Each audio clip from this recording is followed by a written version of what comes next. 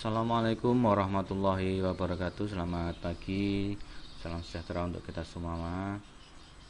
Semoga anak-anak semuanya dalam keadaan sehat walafiat tanpa suatu halangan apapun. Hari ini kita belajar mengenai teknologi layanan jaringan ya, kelas 12. Jadi teknologi layanan jaringan itu ada dua, yaitu kelas 11 dan kelas 12. Yang ini untuk kelas 12, yaitu mengenai dasar-dasar komunikasi VoIP. Ya, VoIP itu adalah komunikasi menggunakan internet protokol. Langsung saja kita lanjutkan. Untuk masa pandemi seperti ini, kita harus menerapkan protokol kesehatan, pakai masker kalau kita pergi keluar, kemudian cuci tangan untuk menjaga kebersihan. Oke, untuk pertemuan kali ini kita akan membahas tentang dasar komunikasi VoIP. Untuk KD, komunikasi dasarnya seharusnya adalah memahami konsep kerja protokoler server software. Nah, tujuan pembelajarannya, jadi setelah mengikuti pembelajaran ini, kalian diharapkan yang pertama mampu menjelaskan konsep kerja server software dengan benar dan menentukan konsep kerja server software dengan benar. Nah, di sini kita akan mengulas tentang materi kita tentang VoIP. VoIP atau disebut dengan penjelasan tentang Voice over Internet Protocol adalah teknologi yang menjadikan media internet untuk bisa melakukan komunikasi suara jarak jauh secara langsung. Sinyal analog seperti yang Anda dengar ketika komunikasi telepon diubah menjadi data digital dan dikirimkan melalui jaringan berupa paket-paket data secara real time. Jadi ini seperti konsep telepon biasa, tapi suara kalian nanti kita akan menggunakan jaringan internet. VoIP, dalam komunikasi VoIP pemakai melakukan hubungan telepon melalui terminal yang berupa PC atau telepon biasa.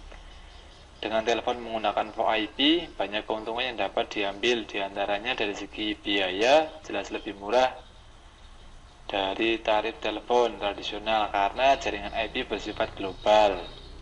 Sehingga untuk hubungan internasional dapat tekan biaya sekitar 70%. Selain itu, biaya maintenance dapat ditekan karena voice dan data network terpisah. Sehingga IP pun dapat ditambah, dipindah, dan diubah. Hal ini karena VoIP dapat dipasang di sembarang Ethernet dan IP address, tidak seperti telepon konvensional yang harus mempunyai port tersendiri di sentral atau PBX (Private Brand Exchange). Oke, untuk VoIP nanti di sini kita akan bisa menggunakan banyak sekali PC, bisa menggunakan HP kalian atau smartphone dan mendukung beberapa aplikasi. Nah, di sini untuk cara kerjanya nanti kita harus menggunakan internet. Internet nanti diambil, kemudian kita masuk ke jaringan telepon standar, kita masuk ke modem. Di modem nanti kita bisa pakai wireless router atau kita menggunakan kabel pada routernya, kita hubungkan ke PC. Di PC nanti kita bisa hubungkan melalui untuk suaranya, input suaranya kita bisa pakai headset atau dual phone. Bisa juga untuk yang satunya kita menggunakan VoIP, kita bisa menggunakan telepon biasa bisa. Kita bisa menggunakan dual phone bisa, telepon juga bisa, atau kita bisa menggunakan komputer untuk komunikasinya.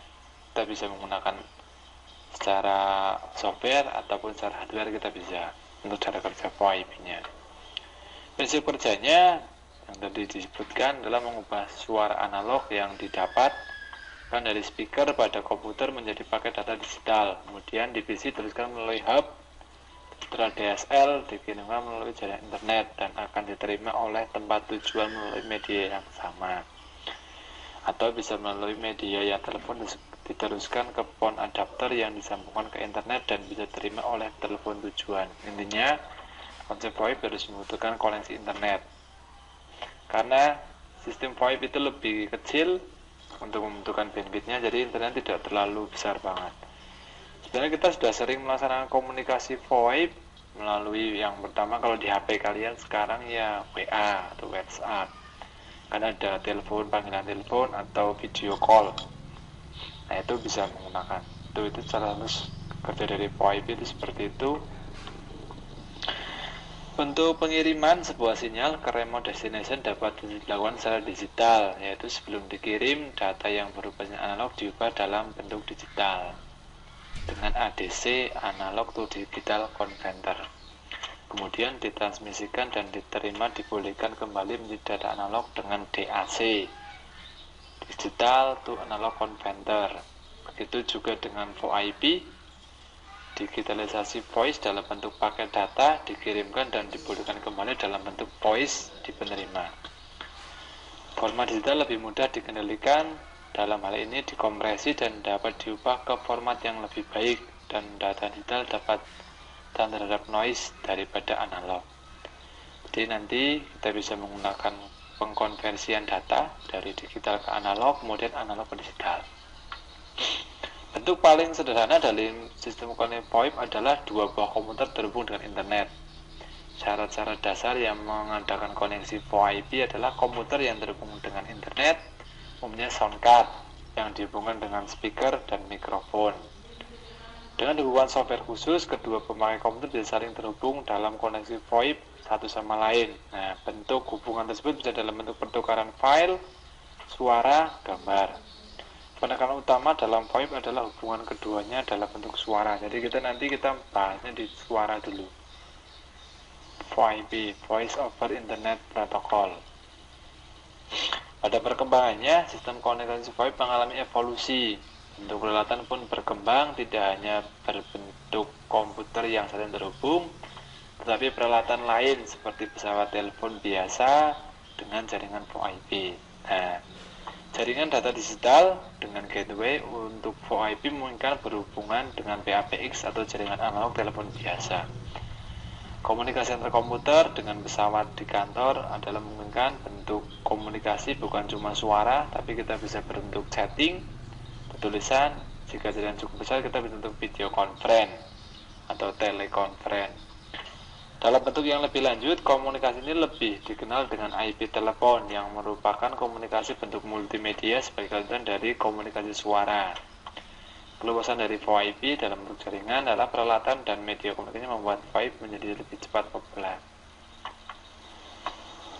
Keuntungan VoIP, yang pertama jelas biaya lebih mudah, biaya lebih rendah untuk sambungan jarak jauh karena kita bisa menggunakan jaringan internet, jadi lebih murah daripada kita langsung menggunakan jaringan PABX, itu lebih mahal. Memanfaatkan infrastruktur jaringan yang ada, yang sudah ada.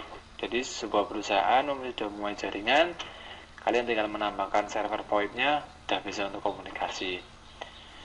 Penggunaan bandwidth lebih kecil dari telepon biasa. Dengan majunya teknologi, penggunaan bandwidth untuk voice sekarang ini menjadi sangat kecil, sekitar 8 mega atau 8 bit, itu kecil untuk VoIP-nya.